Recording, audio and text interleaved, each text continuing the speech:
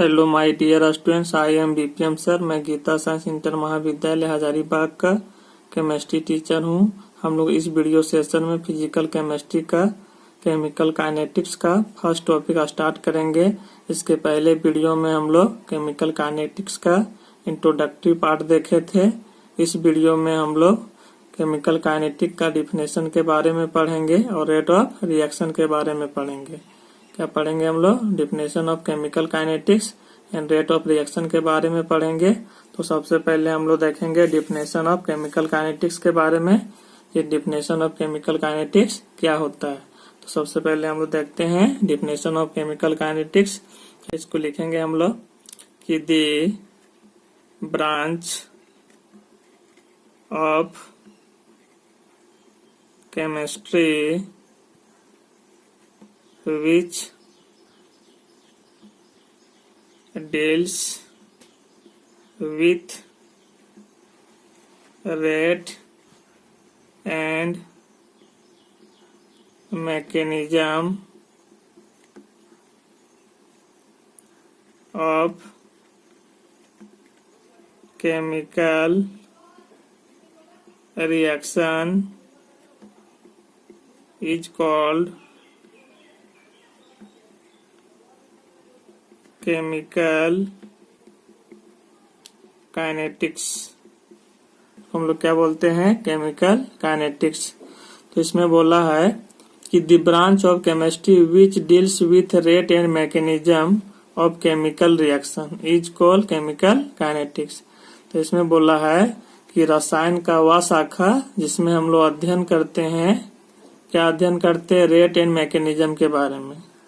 तो रेट बताता है कि कोई भी केमिकल रिएक्शन जब हमारा रिएक्टेंट से प्रोडक्ट की ओर प्रोसीड करेगा तो वह किस रेट से हमारा प्रोसीड कर रहा है, वो स्लो कर रहा है कि फास्ट कर रहा है, तो वो हमारा रेट बताएगा। कि कोई जो केमिकल रिएक्शन जो हमारा होता है रिएक्टेंट टू प्रोडक्ट, तो यदि स्लो होगा तो वो बताएगा कि रेट हमारा स्लो हो रहा है। रिएक्शन यदि स्लो हो रहा है तो रेट क्या होगा? कम होगा उसका। वो रेट के बारे में बताएगा कि किस दर से केमिकल रिएक्शन हमारा हो रहा है। एंड मैकेनिज्म मतलब होता है कि कोई भी रासायनिक अभिक्रिया जो हमारा रिएक्टेंट से प्रोडक्ट की ओर प्रोसीड करता है वो कितने स्टेप में होगा, उसका एक्सप्लेनेशन करेंगे हम लोग, उसी को बोला जाता है मैकेनिज्म। तो इस तरह से हम लोग देखते हैं कि केमिकल काइनेटिक्स में जो बोल रहा है कि कोई भी रासायनिक अभिक्रिया हमारा रिएक्टेंट टू प्रोडक्ट किस रेट से हमारा होगा और किस तरह से ये हमारा रिएक्शन प्रोसीड करेगा, कितना स्टेप में प्रोसीड करेगा, उसको हम लोग मैकेनिज्म कहेंगे। तो इस तरह से हम लोग बोल सकते हैं कि किसी भी रासायनिक अभिक्रिया का जो हमारा यहाँ डिस्क्रिप्शन दिया जा रहा है कि रेट और मैकेनिज्म के बारे में, उसी को हम लोग बोलते हैं केमिकल काइनेटिक्स। तो केमिकल काइनेटिक्स में हम लोग क्या पढ़ेंगे कि कोई भी रासायनिक अभिक्रिया के रेट के बारे में एंड मैकेनिज्म के बारे में, कि वो रिएक्शन हमारा कितना स्टेप में प्रोसीड हो रहा है और किस दर से वो हमारा प्रोसीड कर रहा है रिएक्टेंट टू प्रोडक्ट। वही यहाँ बोला गया है the branch of chemistry which deals with rate and mechanism of chemical reaction is called chemical kinetics. तो हम लोग सिंपल भाषा में बोल सकते हैं कि इसमें जो हम लोग अध्ययन करेंगे, इसमें हम लोग जो क्या करेंगे? अध्ययन करेंगे रासायनिक अभिक्रिया का रेट और मैकेनिज्म के बारे में, उसी को हम लोग बोलेंगे केमिकल काइनेटिक्स। क्या बोलेंगे इसको हम लोग? Chemical kinetics. अब आगे हम लोग पढ़ेंगे रेट ऑफ रिएक्शन के बारे में। तो हम लोग आगे देखेंगे रेट ऑफ रिएक्शन के बारे में कि रेट ऑफ रिएक्शन क्या होता है। तो हम लोग मान लिए यहाँ पर कि लेट अस कंसीडर ये जनरल केमिकल रिएक्शन। क्या हम लोग मान लिए? General chemical reactions. क्या मान लिया है? रिएक्शन। तो यहाँ हम लोग माने हैं R से P, मतलब हमारा क्या होता है? R हमारा क्या है? रिएक्टेंट। ये हमारा क्या है? रिएक्टेंट। और ये हमारा क्या बना रहा है? प्रोडक्ट। क्या बना रहा है? ये हमारा प्रोडक्ट। तो इसमें हम लोग रेट ऑफ रिएक्शन में हम लोग देख रहे हैं कि let us consider a general chemical reaction, कि जो हम लोग जनरल केमिकल रिएक्शंस माने हैं रिएक्टेंट टू प्रोडक्ट। तो कोई भी केमिकल रिएक्शन जो हमारा होता है कि इनिशियल स्टेट में जो हमारा प्रोडक्ट में क्या होता है वो जीरो होता है कि प्रोडक्ट में हमारा कुछ नहीं, लेकिन कुछ समय बाद जो होता है हमारा रिएक्टेंट से प्रोडक्ट की ओर क्या करता है, प्रोसीड करता है। तो इस तरह से हम लोग बोल सकते हैं कि रिएक्टेंट से प्रोडक्ट में जा रहा है, इसके मतलब हुआ कि रिएक्टेंट का मोलर कंसंट्रेशन घटता है और प्रोडक्ट का मोलर कंसंट्रेशन बढ़ता है। किसके दौरान, केमिकल रिएक्शन के दौरान यदि जो हमारा होता है वो मोलर कंसंट्रेशन ऑफ रिएक्टेंट क्या होगा, डिक्रीज करेगा, मोलर कंसंट्रेशन ऑफ प्रोडक्ट क्या होगा, बढ़ेगा। कि जैसे जैसे हमारा टाइम बढ़ते जाएगा वैसे वैसे प्रोडक्ट की ओर हमारा क्या करेगा, प्रोसीड करेगा। तो प्रोडक्ट क्या होगा, हमारा बनते जाएगा। जितना हमारा प्रोडक्ट में बनेगा उतना ही हमारा रिएक्टेंट में क्या होगा, घटेगा। तो इस तरह से हम लोग बोल सकते हैं कि कोई भी रासायनिक अभिक्रिया जो होता है, केमिकल रिएक्शन जो होता है कि रिएक्टेंट से प्रोडक्ट की ओर जाता है, तब हमारा क्या होता है, मोलर कंसंट्रेशन ऑफ रिएक्टेंट क्या होगा, घटेगा और मोलर कंसंट्रेशन ऑफ प्रोडक्ट क्या होता है, बढ़ जाता है। तो इसके बारे में हम लोग नीचे लिखेंगे, the molar concentration of reactant decreases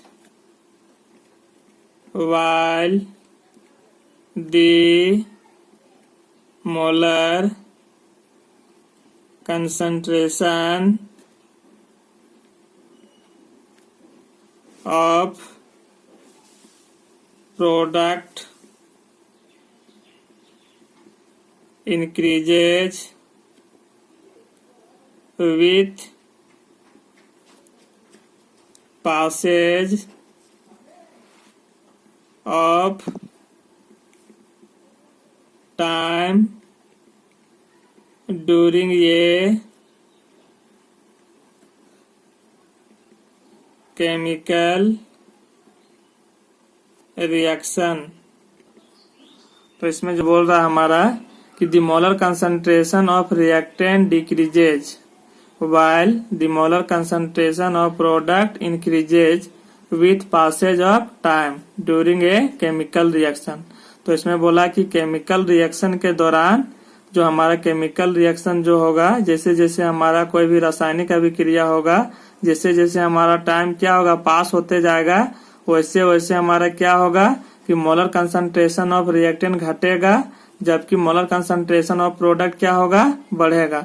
तो यहाँ हम लोग रिएक्टेंट से प्रोडक्ट लिए हैं, तो जैसे जैसे हमारा टाइम पास होते जाएगा तो रिएक्टेंट का मोलर कंसंट्रेशन घटेगा और प्रोडक्ट का मोलर कंसंट्रेशन बढ़ेगा।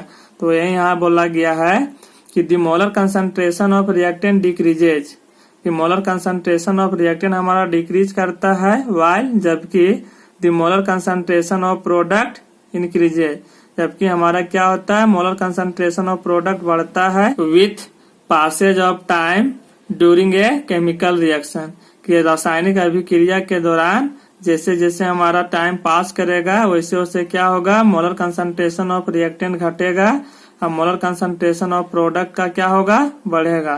किसके दौरान, केमिकल रिएक्शन के दौरान।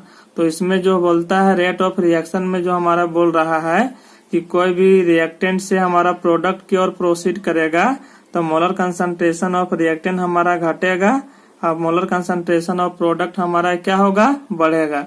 अब इसको हम लोग ग्राफ से देखेंगे। हम लोग ग्राफ में देखेंगे कि पहला ग्राफ जो ये आपका है, वाई एक्सिस लिए हैं हम लोग मोलर कंसंट्रेशन ऑफ रिएक्टेंट और एक्स एक्सिस में लिए हैं हम लोग टाइम। तो हम लोग देखते हैं कि जैसे जैसे हमारा टाइम इधर बढ़ रहा है वैसे वैसे मोलर कंसंट्रेशन ऑफ रिएक्टेंट क्या हमारा हो रहा है, घट रहा है। कि मोलर कंसंट्रेशन ऑफ इनिशियल यहाँ था, तो टाइम यदि हमारा बढ़ते गया तो मोलर कंसंट्रेशन ऑफ रिएक्टेंट हमारा क्या हो रहा है, इस तरह से दिखा रहा है, घट रहा है। कि जैसे जैसे टाइम हमारा पास करेगा तो रिएक्टेंट से जो हमारा क्या होता है, प्रोडक्ट में चल जाता है, इसलिए रिएक्टेंट का मोलर कंसंट्रेशन हमारा क्या होता है, घटता है। इसलिए ग्राफ इस तरह से बना कि इस तरह से हमारा क्या हो रहा है, घट रहा है। जैसे जैसे हमारा टाइम बढ़ेगा तो क्या होता है, धीरे धीरे घटता है, एक सीमित तक घटेगा। तो ये आपका किसके वर्सेस हो गया कि molar concentration of reactant versus time, ये हो गया ग्राफ। यदि हम लोग बात करते हैं मोलर कंसंट्रेशन ऑफ प्रोडक्ट लिए हैं वाई एक्सिस में और टाइम लिए हैं एक्स एक्सिस में, तो जैसे जैसे हमारा टाइम बढ़ेगा वैसे वैसे ग्राफ इस तरह से हमारा क्या हो रहा है, बढ़ रहा है। इसका किसका, मोलर कंसंट्रेशन ऑफ प्रोडक्ट। जैसे जैसे हमारा टाइम बढ़ रहा है वैसे वैसे इसका क्या हो रहा है, ये बढ़ेगा। मतलब शुरू में हमारा क्या था, 0 था, उस समय टाइम भी 0 था, उस समय प्रोडक्ट भी हमारा 0 था। तो जैसे हमारा टाइम बढ़ा वैसे हमारा प्रोडक्ट के भी क्या हो रहा है, बढ़ रहा है। और एक सीमित टाइम तक ये बढ़ेगा। ये रिएक्शन जो होगा ये सीमित टाइम में होगा ये, उस समय उसके बाद प्रोसीड करना बंद हो जाएगा। तो इसमें हम लोग देखें कि रिएक्टेंट वर्सेस टाइम जो लिए हैं तो इसका मोलर कंसंट्रेशन घट रहा है, इसलिए ग्राफ इस तरह से बन रहा है, नीचे की ओर आ रहा है। लेकिन मोलर कंसंट्रेशन ऑफ प्रोडक्ट का बढ़ता है इसलिए ग्राफ ऊपर की ओर जा रहा है। तो ये किसका ग्राफ हुआ हमारा, रेट ऑफ रिएक्शन में, कि जब मोलर कंसंट्रेशन ऑफ रिएक्टेंट घटता है और ये हमारा मोलर कंसंट्रेशन ऑफ प्रोडक्ट बढ़ता है। अब हम लोग देखेंगे रेट ऑफ रिएक्शन का डिफिनेशन के बारे में। आगे हम लोग बात करेंगे रेट ऑफ रिएक्शन का डिफिनेशन के बारे में बात करेंगे। तो इसका डिफिनेशन के बारे में हम लोग लिखेंगे the rate of decrease in the molar concentration of reactant or the rate of increase in the molar concentration of product during a chemical reaction is called rate of reaction। इसी को हम लोग क्या बोलते हैं, रेट ऑफ रिएक्शन। तो इसमें बोला है the rate of decrease in the molar concentration of reactant और the rate of increase in the molar concentration of product during a chemical reaction is called rate of reaction. तो ये हम लोग inverted comma बंद कर दिएंगे। तो ये जो बोला है कि जब कोई भी रासायनिक अभिक्रिया के दौरान जब हमारा रिएक्टेंट का मोलर कंसंट्रेशन घटता है तो प्रोडक्ट का मोलर कंसंट्रेशन बढ़ता है, टाइम जब पास करेगा उसी के दौरान, तो उसी को हम लोग बोलते हैं रेट ऑफ रिएक्शन। तो इसमें बोला है कि the rate of decrease in the molar concentration of reactant और the rate of increase in the molar concentration of product during a chemical reaction is called rate of reaction. तो इसमें जो होता है कि कोई भी रासायनिक अभिक्रिया के दौरान जब मोलर कंसंट्रेशन ऑफ रिएक्टेंट हमारा क्या होता है, घटता है, और बोल सकते हैं कि मोलर कंसंट्रेशन ऑफ प्रोडक्ट बढ़ता है, उसी को हम लोग बोलते हैं रेट ऑफ रिएक्शन।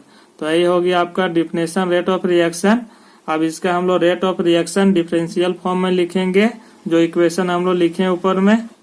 तो हम लोग ये लिखे थे, रिएक्शन लिखे थे रिएक्टेंट टू प्रोडक्ट। क्या था ये हमारा, इसको हम लोग क्या माने थे, रिएक्टेंट माने थे, और इसको हम लोग क्या माने थे, प्रोडक्ट। क्या माने थे इसको हम लोग, प्रोडक्ट। तो इसमें हम लोग यदि बात करेंगे कि देयरफॉर रेट ऑफ रिएक्शन, क्या बात करेंगे हम लोग, रेट ऑफ रिएक्शन। तो रेट ऑफ रिएक्शन ये जो हम लोग लिख सकते हैं डिफरेंशियल फॉर्म में, वो कैसे लिख सकते हैं, इक्वल टू जो होगा माइनस। माइनस क्या बताता है कि मोलर कंसंट्रेशन ऑफ रिएक्टेंट घटेगा, इसके लिए हम लोग क्या लगाएंगे, minus d molar concentration of R, मतलब रिएक्टेंट बाय dt, बराबर हम लोग लिख सकते हैं यहाँ पर कि प्लस, प्रोडक्ट के लिए प्लस होगा, क्या है कि बढ़ता है, D molar concentration of P, मतलब क्या, प्रोडक्ट बाय dt। तो ये रिएक्शन जो हम लोग लिखे थे उसके लिए यही हमारा रेट ऑफ रिएक्शन हो गया। अब इसका हम लोग आगे रेट ऑफ रिएक्शन का यूनिट के बारे में बात करेंगे। अब हम लोग यूनिट का बात करेंगे, unit of rate of reaction के बारे में हम लोग। तो क्या होता है रेट ऑफ रिएक्शन का यूनिट, तो यहाँ हम लोग लिखेंगे कि रेट ऑफ रिएक्शन जो बराबर हो जाएगा, यहाँ क्या था, molar concentration by dt reactant का, तो प्रोडक्ट का, और मोलर कंसंट्रेशन जो होता है वो मोलरिटी होता है, अब मोलरिटी का जो यूनिट होता है आपका मोल पर लीटर, और dt के लिए क्या हो जाएगा टाइम, इसलिए क्या हो जाएगा इसका सेकेंड। तो हम लोग लिख सकते हैं इसका क्या हो जाएगा कि मोल पर लीटर पर सेकेंड। तो इस तरह से हम लोग बोल सकते हैं कि रेट ऑफ रिएक्शन का जो यूनिट होगा, किसका रेट ऑफ रिएक्शन का यूनिट जो होगा हमारा वो बराबर क्या हो जाएगा मोल पर लीटर पर सेकेंड। तो इस तरह से हम लोग देखें किसका रेट ऑफ रिएक्शन का यूनिट जो देखें हम लोग क्या होता है मोल पर लीटर पर सेकेंड। नेक्स्ट वीडियो में हम लोग पढ़ेंगे average and instantaneous reaction rate के बारे में। यदि आपको इस वीडियो में कुछ भी समझने में कोई दिक्कत हो तो कमेंट बॉक्स में जरूर कमेंट करें। यदि आपको कोई भी क्वेश्चन पूछना हो तो कमेंट बॉक्स में जरूर लिखें। और यदि आप मेरे चैनल में न्यू व्यूअर हो तो मेरे चैनल को सब्सक्राइब कर ले, ताकि मैं कोई भी वीडियो अपलोड करे तो आपको सभी नोटिफिकेशन मिलते रहे। इस वीडियो में यहीं तक। Thank you.